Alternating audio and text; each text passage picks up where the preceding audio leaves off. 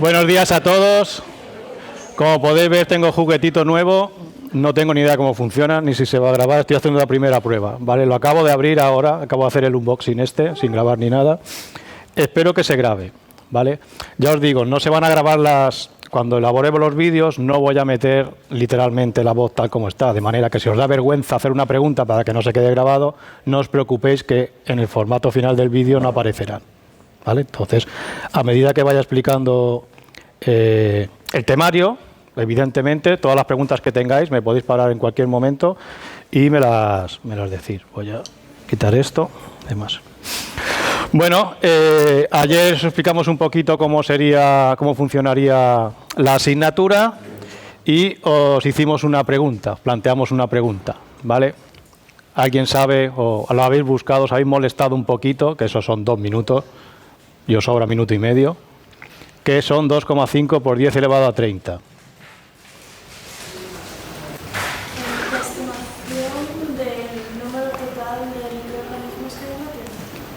El número de bacterias que hay en la Tierra. Si lo metéis en el chat GTP y todo esto, enseguida pone los átomos, ¿eh? Hay que ir con cuidado porque es una estimación muy bruta, es un número muy alto, ¿vale? La idea básicamente, ¿cuál es? No es que sepáis el número exacto, pero que tengáis una idea de que estamos hablando de una barbaridad. 10 elevado a 30 es una barbaridad. Y los microorganismos son muy pequeñitos, pesan nada y menos, pero teniendo 10 a la 30 células bacterianas suponen la mayor parte de la biomasa de la Tierra, ¿vale? La reserva de carbono estaría más o menos igual con la de las plantas, pero de otros nutrientes como el azufre o el nitrógeno, claramente la mayoría está en las células microbianas. Por lo tanto, vamos a ver que estos microorganismos son fundamentales para la vida en la Tierra y si no fuese por ellos no estaríamos aquí. Y ya os digo, os hago spoiler, que la historia termina en que ellos están aquí desde el principio y estarán hasta el final, y nosotros no, ¿vale? O sea que tenemos que dar gracias a que nos permitan vivir con ellos, porque al final el planeta no es nuestro, es suyo, ¿vale? Dicho esto, como os comentamos creo ayer, hemos intentado estructurar las clases las sesiones en 3 bloques, más o menos de aproximadamente 15 minutos, intentando contestar 3 preguntas. A veces la pregunta es muy obvia y a veces es una pregunta un poquito más compleja. Empezamos el módulo 1, ¿vale? Y empezamos el tema 1 que empieza y acaba hoy, ¿vale? Los temas no son igual de grandes, no hay un tema por día. Veréis que hoy, como es la introducción, pim pam, nos la quitamos enseguida, ¿vale? Introducimos 4 conceptos y ya a partir del día siguiente ya el tema 2 sí que será mucho más largo y el tema 3, ¿vale? Pero da igual, lo que intentaré hacer, ya os digo, son sesiones de 15 minutos. ¿Qué vamos a ver hoy? Pues estas son las 3 preguntas que vamos a intentar contestar hoy. En primer lugar, como estamos en microbiología, ¿qué es la microbiología? En segundo lugar, vamos a ver un poquito la historia, ¿vale? Entonces, veremos cuáles son los principales hitos en la historia de la microbiología, por lo menos los que yo considero más importantes, puede haber debate.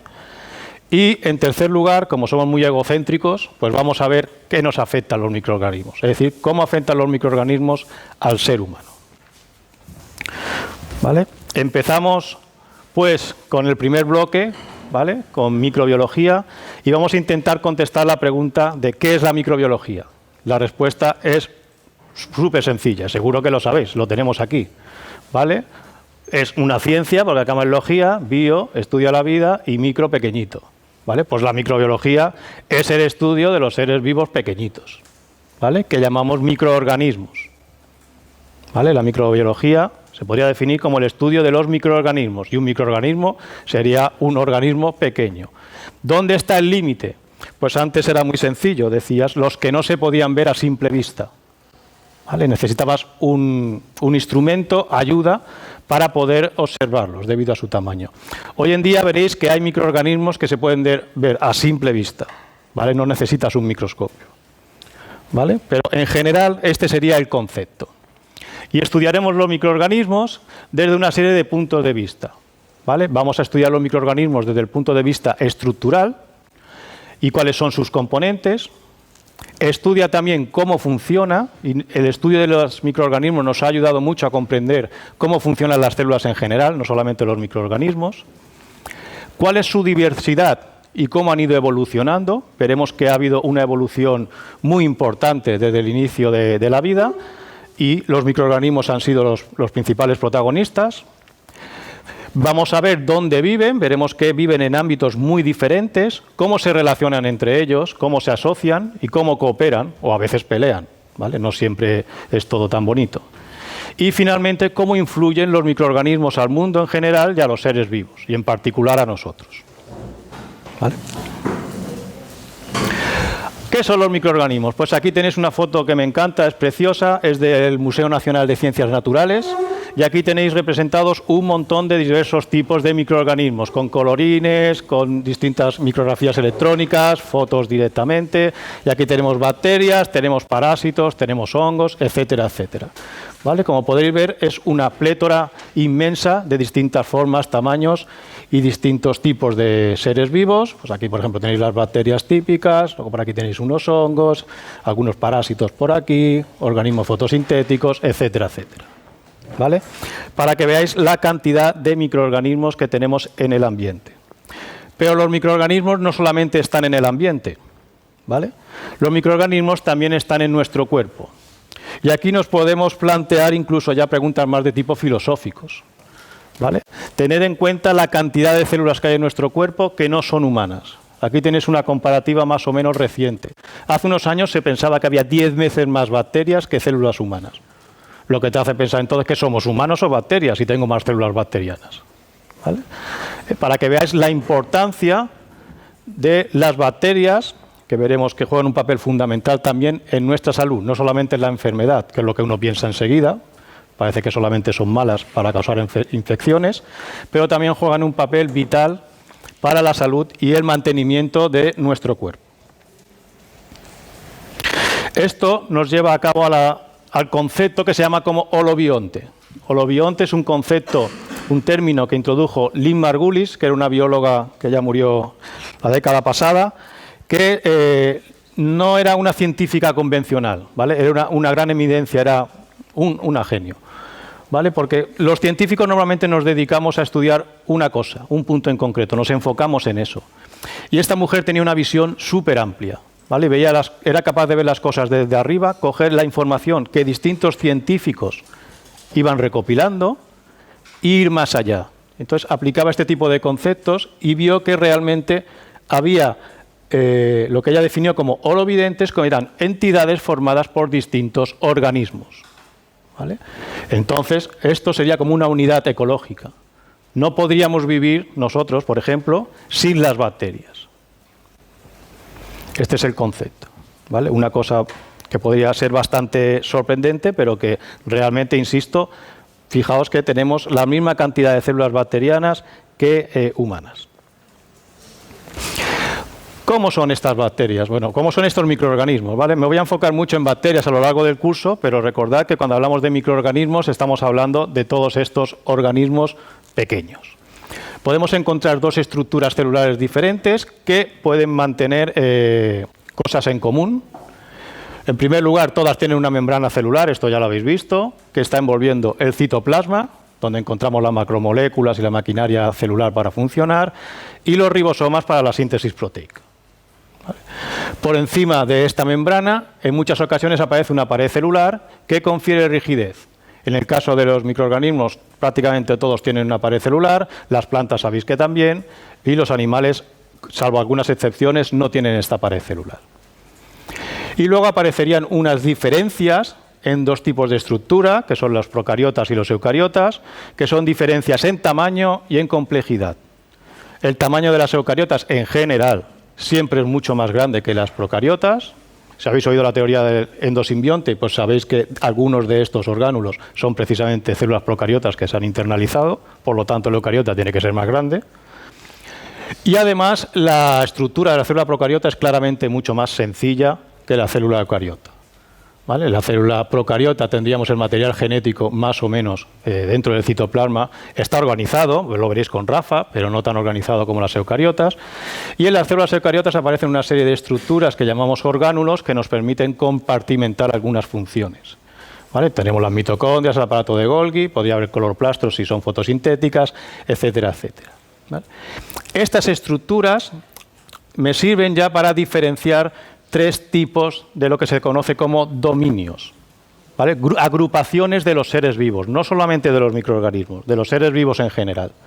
Y dentro de los procariotas encontramos dos dominios, bacteria y arquea.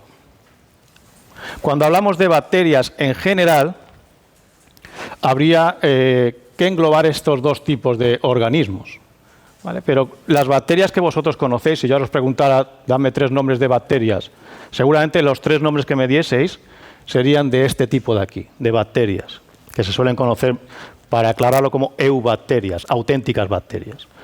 Y estas arqueas se llaman así porque parecen más antiguas, pero veremos que filogenéticamente aparecen más tarde, ¿vale?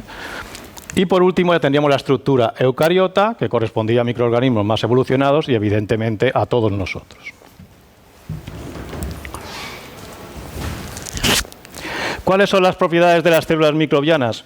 Pues comparten en primer lugar todas aquellas propiedades de los seres vivos, que ya habéis visto, entiendo, antes. Todas ellas tienen un metabolismo, son capaces de crecer y de evolucionar, ¿vale? El metabolismo les va a permitir funcionar, le va a permitir desplazarse, llevar a cabo todas las funciones celulares, incluso las relacionadas con el material genético. El crecimiento le va a permitir, a partir de los nutrientes, dar lugar a nuevos individuos. Es una cosa importante, el crecimiento en las bacterias no es en tamaño, sino que es en número. Lo veremos más adelante. Y en tercer lugar, a medida que se van dividiendo, hay una evolución, porque cuando se va pasando el material genético, este se puede ir modificando, aparecen las mutaciones, que son la base de la evolución. Y a partir de una célula ancestral aparecerían distintas informaciones genéticas que nos dan lugar a las distintas especies. Esto es algo común a todos los microorganismos. Además de estas características, hay algunas propiedades que no se dan en todos, pero se dan en la mayoría. Hay algunas células microbianas que pueden diferenciarse. Esto es algo extraño, porque tenemos muy asumido que nuestras células se diferencian, obviamente. Tenemos células muy diferentes y todas parten de una célula madre ancestral, que son igual, pluripotente, etcétera, etcétera. Pero en las bacterias también podemos encontrar algunas formas específicas de diferenciación, y el ejemplo más claro son las esporas. Son unas formas de resistencia que lo que hacen es aguantar cuando en el ambiente las condiciones son desfavorables y le permiten a la bacteria aguantar largos periodos de tiempo. Incluso hablamos incluso de años. La mayoría de las células son capaces de comunicarse entre miembros de la misma especie y con miembros de la comunidad, con otros miembros de otras especies. También, además de la transmisión vertical que ocurre con el material genético cuando una madre da lugar a 2 hijas, también hay algunos microorganismos que son capaces de cederse, de pasarse material genético de unas células a otras, en lo que se conoce como transmisión horizontal. Y por último, la mayoría de ellas también son capaces de autopropulsarse, de moverse por distintas estructuras. La más conocida es el flagelo, que seguro que os suena, pero veremos que hay otras.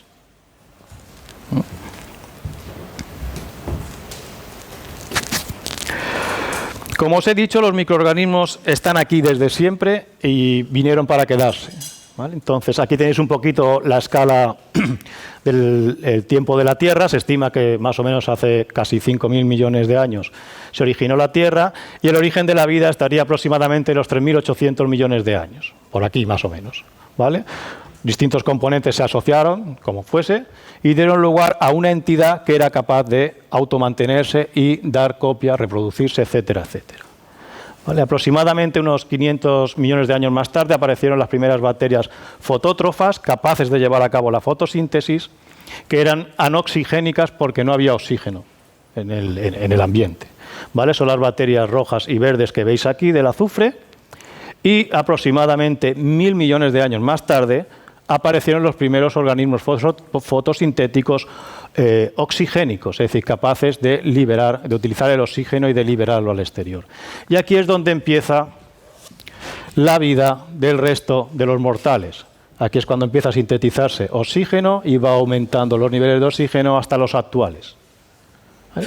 Fijaos que de todo el tiempo que hay en la Tierra, los seres superiores solamente aparecieron hace 500 millones de años. Es decir, el 70 o el 80% del tiempo de vida de la Tierra solo ha sido habitado por los microorganismos. ¿De acuerdo? Y no os digo ya nosotros que llevamos aquí nada y menos. ¿Vale?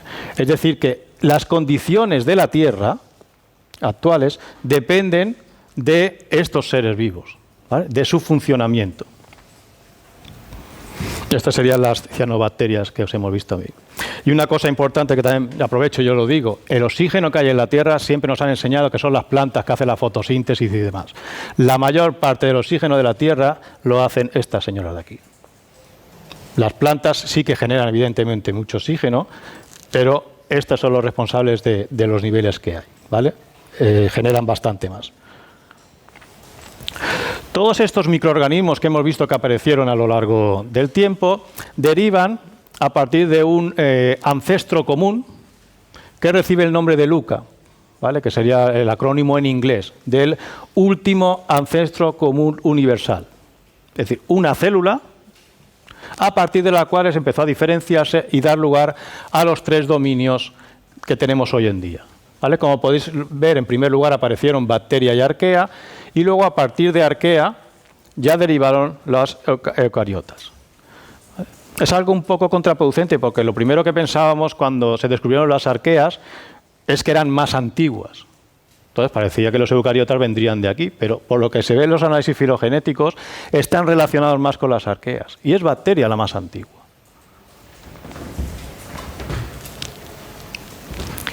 Aquí tenéis más detallados los 3 dominios y lo que os comentaba antes.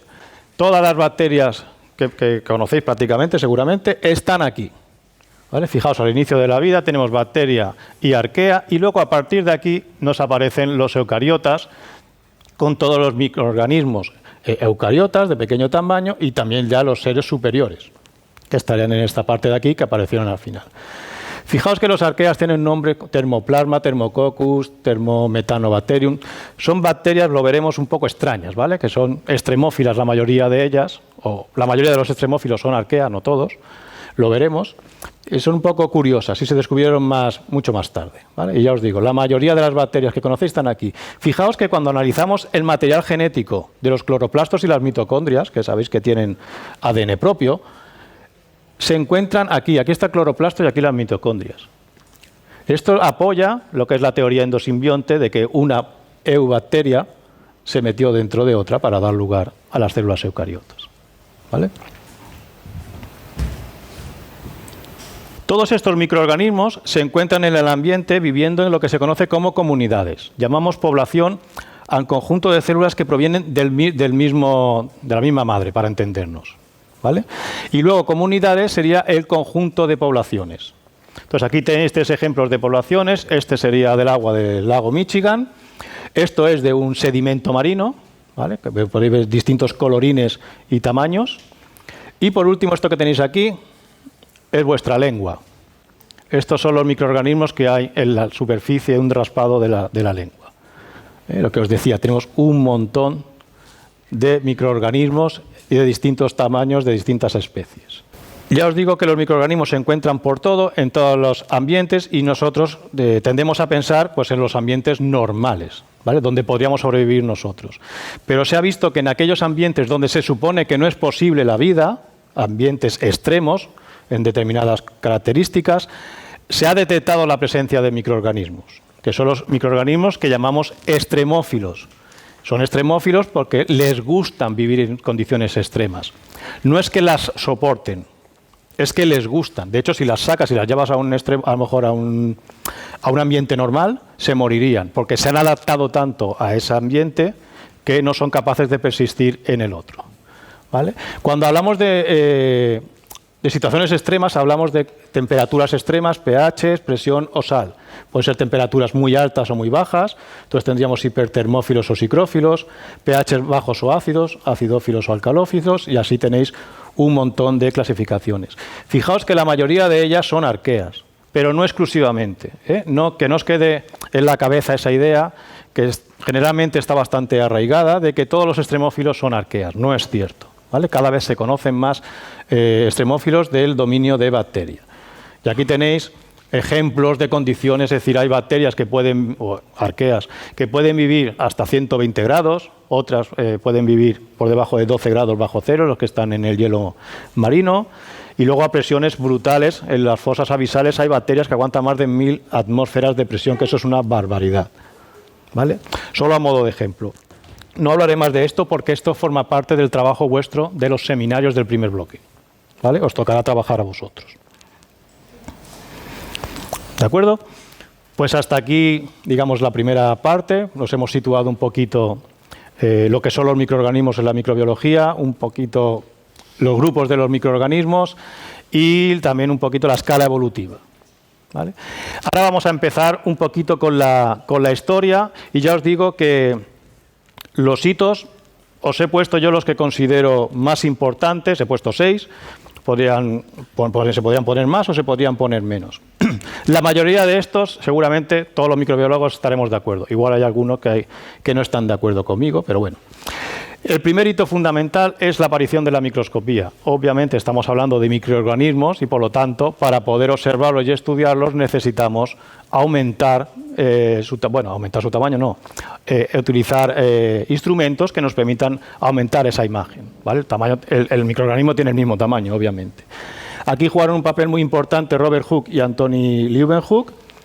El segundo gran hito es desmontar la falacia de la generación espontánea, ¿vale? Durante la mayoría de la historia del hombre se creía que era posible que la vida se generara de manera espontánea, milagrosamente, y fueron Francesco Redi y Louis Pasteur quienes finalmente revocaron esta teoría, pudieron demostrar que era mentira. Tercer hito fundamental, demostrar que las enfermedades infecciosas eran debidas a los microorganismos y no era un castigo divino, ¿vale? Aquí hay bastantes investigadores, os he puesto solo a Semmelweis, Joseph Lister y Robert Koch. La vacunación, un hito sin precedentes en la sanidad pública, en la sanidad en general, ¿vale? En la salud del ser humano, y jugar un papel fundamental tanto Louis Pasteur como Edward Jenner, ¿vale? Quinto hito, los antibióticos. Para mí el mejor, el más importante de todos, ¿vale? Sabéis, habéis oído de Fleming, obviamente, ¿vale? Pues Alexander Fleming fue la persona que descubrió los antibióticos. Y por último, este igual no lo suelen poner tanto, pero yo creo que es fundamental hoy en día, que es la aparición de las técnicas de biología molecular, ¿vale? Estas técnicas que nos permiten llevar a cabo estas secuenciaciones masivas que están tan de moda y llevar a cabo diagnósticos por PCR, ¿vale? Ahora a todos nos suena la PCR, ¿vale? Pues gracias a los microorganismos y a estas personas. Watson y Crick ya los conocéis de sobra. Y Kary Mullis, ¿quién es? ¿Sabéis quién es este señor? ¿No? Pues el que inventó la PCR, ¿vale? Este es el que inventó la PCR y revolucionó la biología molecular y la biología en general, ¿vale? Vamos a ver un poquito de cada uno de ellos. Aquí tenéis a Robert Hooke, parece un poquito un vampiro, él no sale muy favorecido, pero bueno, este, digamos, era un matemático y un naturalista inglés que construyó su propio microscopio. Ya había otras personas que habían construido microscopio, pero lo bueno de Hooke y de Leeuwenhoek es que no solamente miraban cositas a través del microscopio a ver qué pasaba, sino que además dibujaban, anotaban y publicaban sus resultados, los difuminaban y ayudaron muchísimo a desarrollar, evidentemente, la microbiología. Robert Hooke hizo dos observaciones fundamentales o importantes. En primer lugar, le dio por mirar cuero, una muestra de cuero, con el microscopio y vio estas cositas de aquí, que no tenía ni idea, ni siquiera sabía que eran seres vivos, ¿vale? Él se pensó que era parte de lo que era el cuero. Hoy en día, cualquier microbiólogo que vea esto sabe perfectamente que se trata de un hongo, ¿vale? Es decir, que está tan detallado y tan bien dibujado que podemos ver perfectamente que se tratan de hongos que han crecido sobre el cuero. Y otra observación fundamental, que no os he puesto ningún dibujo aquí, es que observó unas láminas muy finitas de corcho. Y al observarlo vio que había como unas celdillas, como si fuese un panal de abejas. Y eso lo llamó celdas, y de ahí viene el término célula, ¿vale? Las células se llaman así porque este señor, cuando vio un corcho, dijo que eso eran celdas. No eran células, porque el corcho, las células están muertas, pero era la estructura que dejan las células vegetales cuando hacen esa estructura rígida, ¿vale? Entonces, las células vegetales tenían esa forma, ¿vale? Pero eran huecos. En el corcho sabéis que no hay células. Antonio van Leeuwenhoek, este de aquí, este señor no era ni científico, era un comerciante de telas holandés que iba, pero era súper curioso, ¿vale? Y era un manitas, y era un máquina haciendo lentes, El tío se ponía a pulir y hacía lentes estupendas. Y además era muy maniático. Las que no le salían bien las rompía para que nadie copiara su técnica. ¿Vale? Era un poquito introvertido y le gustaba ser él el único que hiciese estas cosas. Fijaos el microscopio, muy diferente al que hemos visto antes. Eran dos planchitas de metal donde ponía su lente y ahí ponía la muestra. Y mirad cómo aquí tenéis, se ponía el microscopio en el ojo y miraba así la muestra. La revolución vino cuando este señor le dio por mirar una gotita de agua que había en el estanque. ¿Vale? Entonces, cuando se puso a mirar la gotita esa, este señor lo que vio sería una cosa más o menos así. No funciona.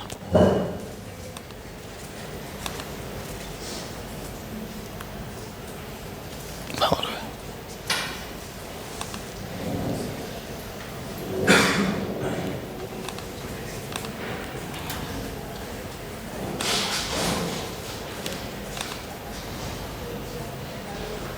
A ver si funciona ahora. Pues eso lo pongo aquí. ¿Vale? Entonces fijaos. Que no lo veis. Bueno, pues este vídeo.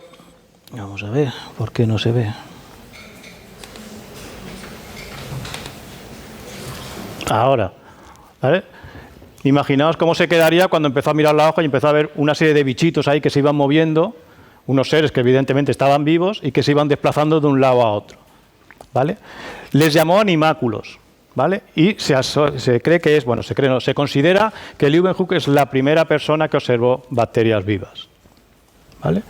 Y además estuvo describiendo y hacía muchísimos dibujitos, y lo que os he dicho, la importancia de cosas en conjunto, unidos, así como en racimos, que son los estafilococos, y unas formas alargadas, que es lo que hoy conocemos como bacilos. Es decir, que ya en el siglo XVII este señor se puso observando con su microscopio, bueno, tenía varios, hacía muchos, nos descubrió las estructuras celulares de las bacterias.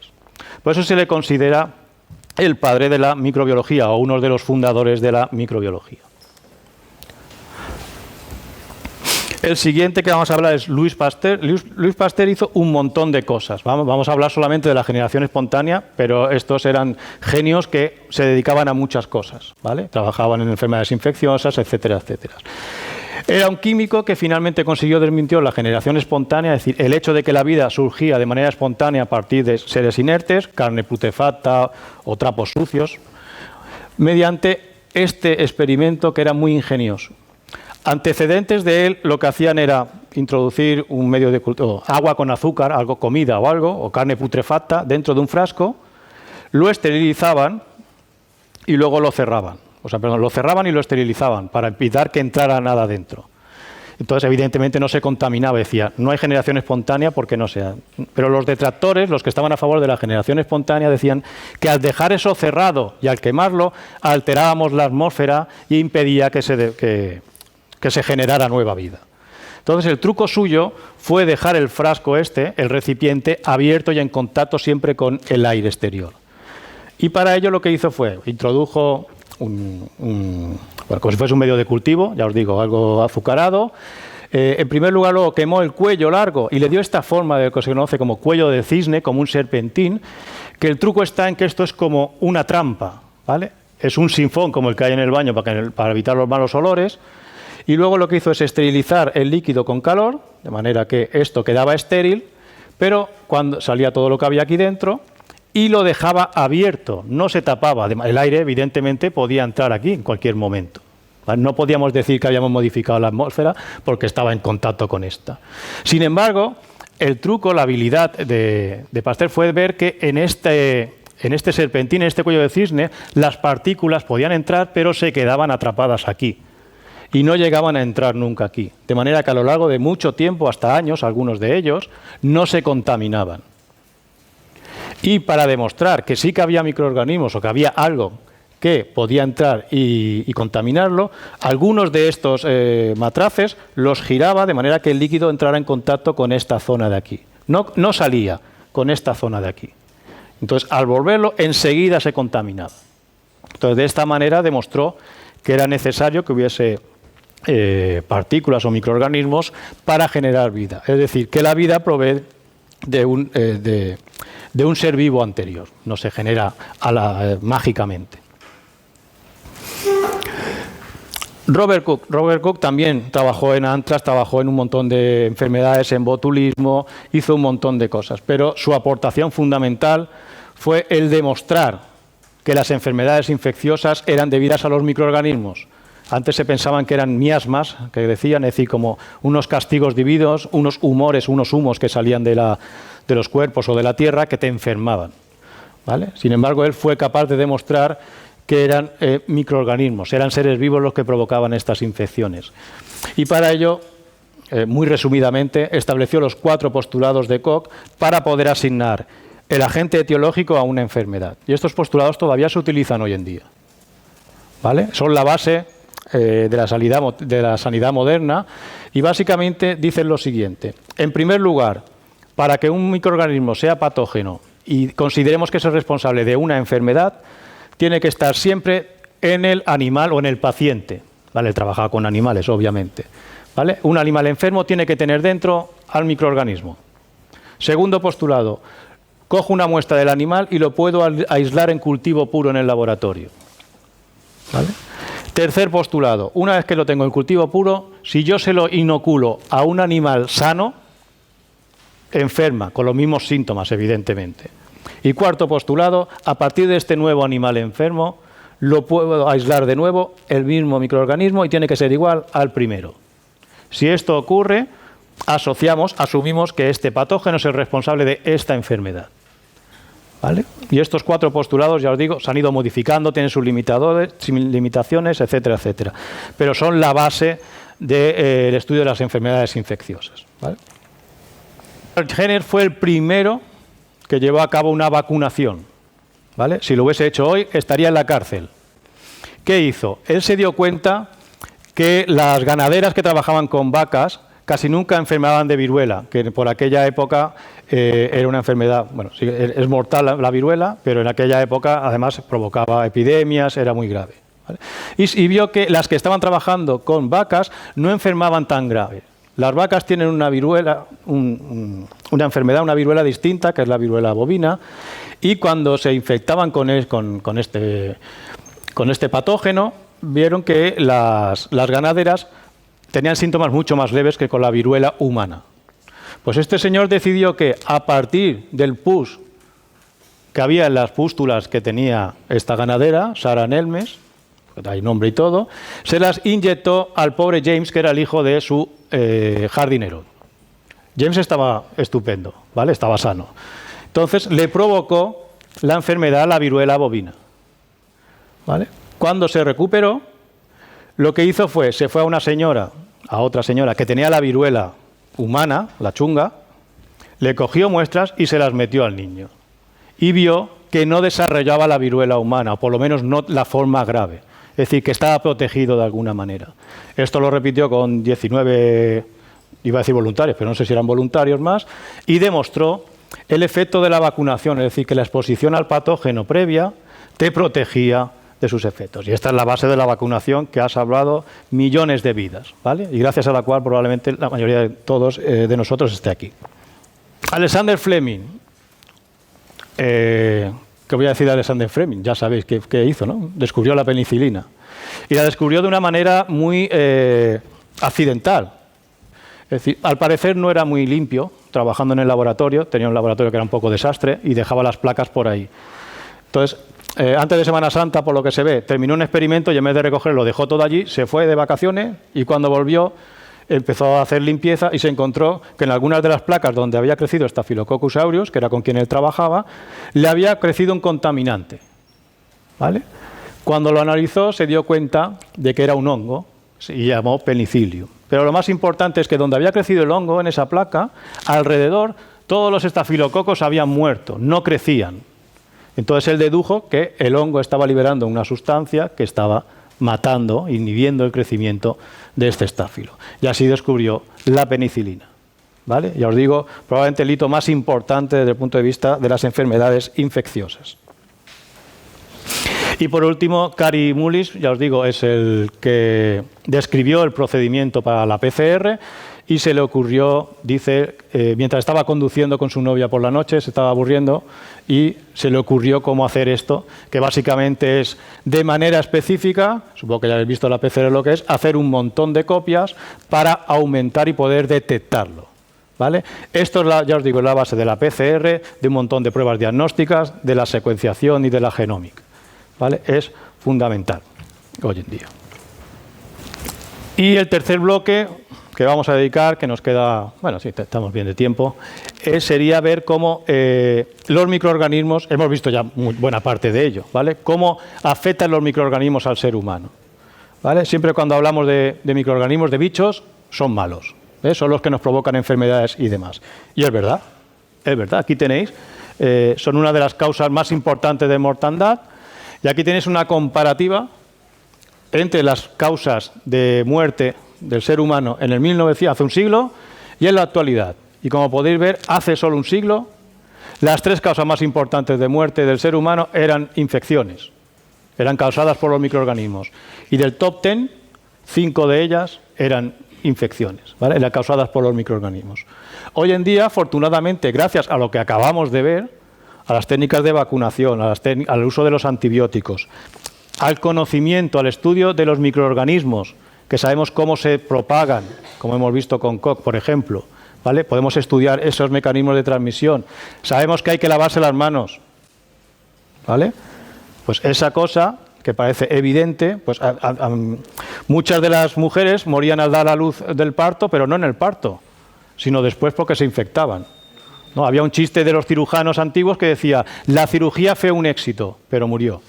Porque sí, lo que era la operación había ido bien, pero luego se infectó y se murió cuando salió del quirófano. ¿Vale? Eso afortunadamente, con las técnicas profilácticas, el uso de antibióticos, la higiene y todo esto, pues pasa lo que pasa.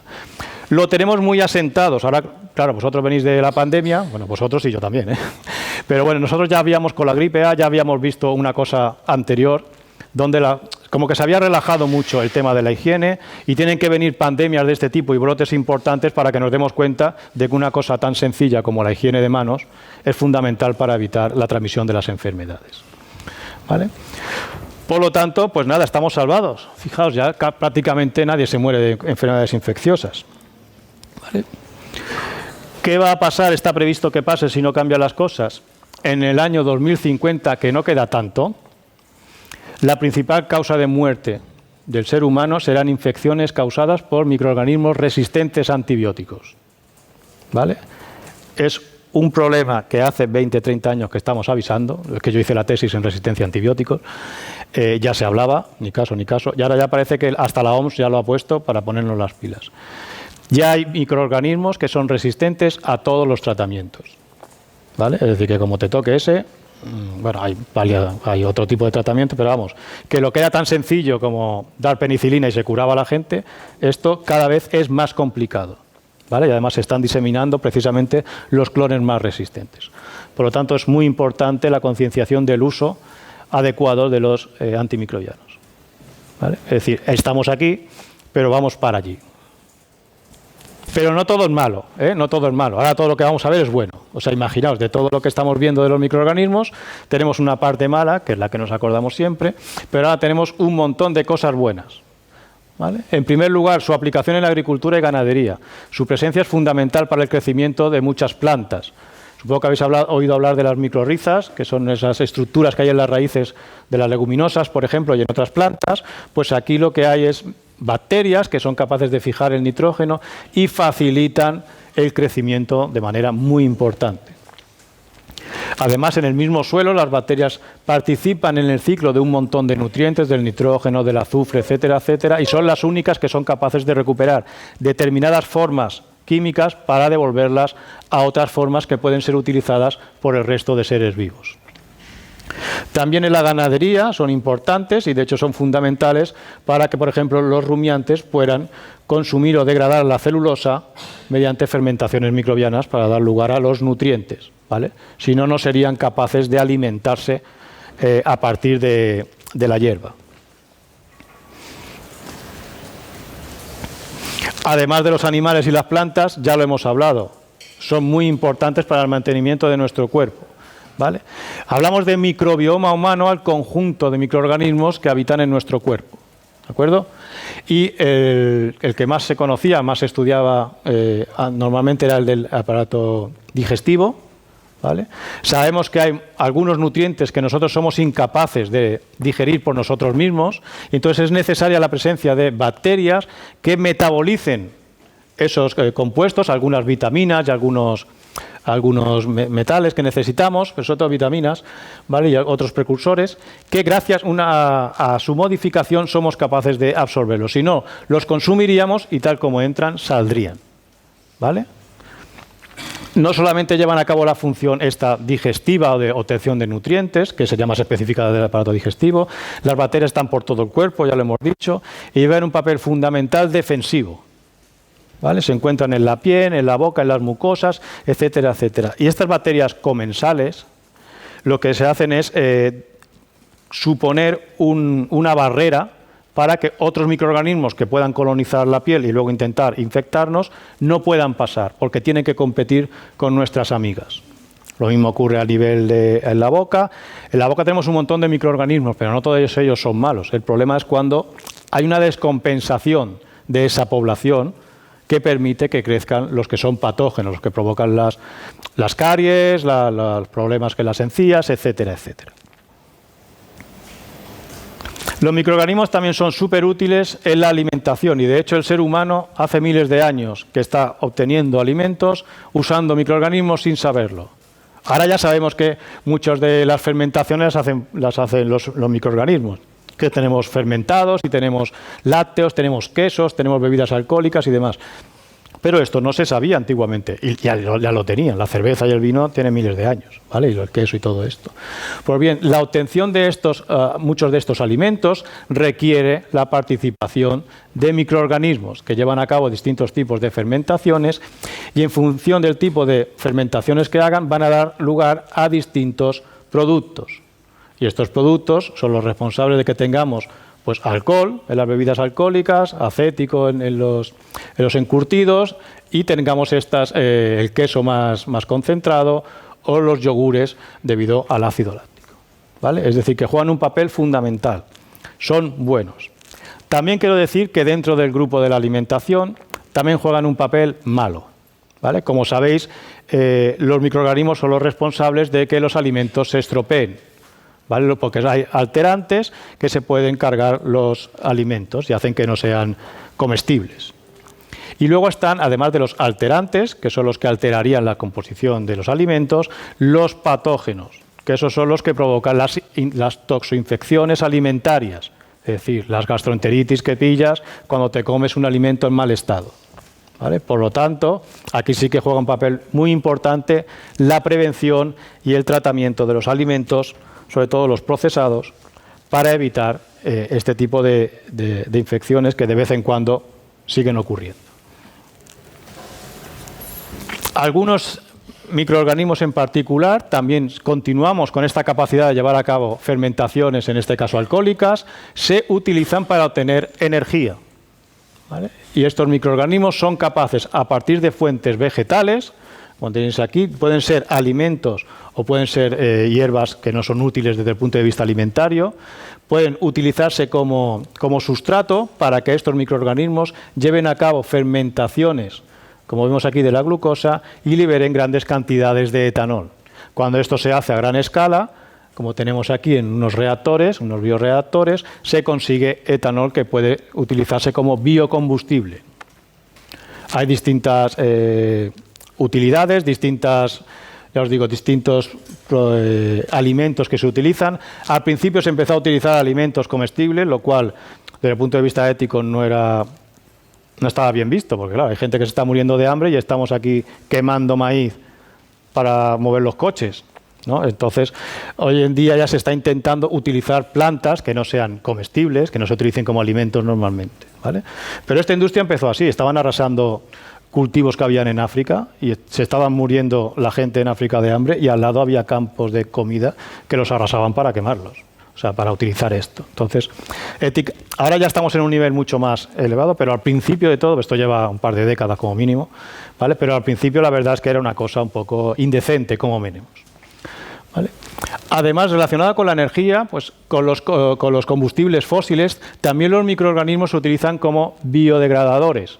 Cuando hay un vertido de combustibles al mar, por ejemplo, además de intentar retenerlo físicamente y eliminarlo, se añaden microorganismos degradadores de hidrocarburos, con los que trabaja Rafa, por ejemplo. ¿Vale? Entonces, ¿el Prestige os suena o sois demasiado jóvenes? ¿Conocéis el Prestige? Sí, vale. Pues entonces en el Prestige, además de ir allí todo el mundo a quitar el chapapote y demás, lo que se hizo también, además de quitar físicamente, es añadir microorganismos que eran capaces de degradar los hidrocarburos. ¿Vale? Por lo tanto, ya para concluir, aquí os dejo, para ser el primer día, creo que ya ha sido suficiente. El mensaje que os quiero dejar como microbiólogo, que lo tengo asumido, es que los microorganismos fueron los primeros y serán los últimos. ¿Vale? Así que, aunque a veces sean un fastidio, porque nos están provocando enfermedades graves, sobre todo, agradezcamos que nos permitan compartir con ellos este planeta. ¿Vale? Estamos aquí gracias a ellos y gracias porque están y gracias porque nos dejan. ¿Vale? Pues nada, hasta aquí. ¿Alguna duda? ¿Alguna aclaración? No hacéis preguntas ni nada. Va a ser el primer día, vale, pero el próximo día a ver qué pasa. Bueno, pues mañana más.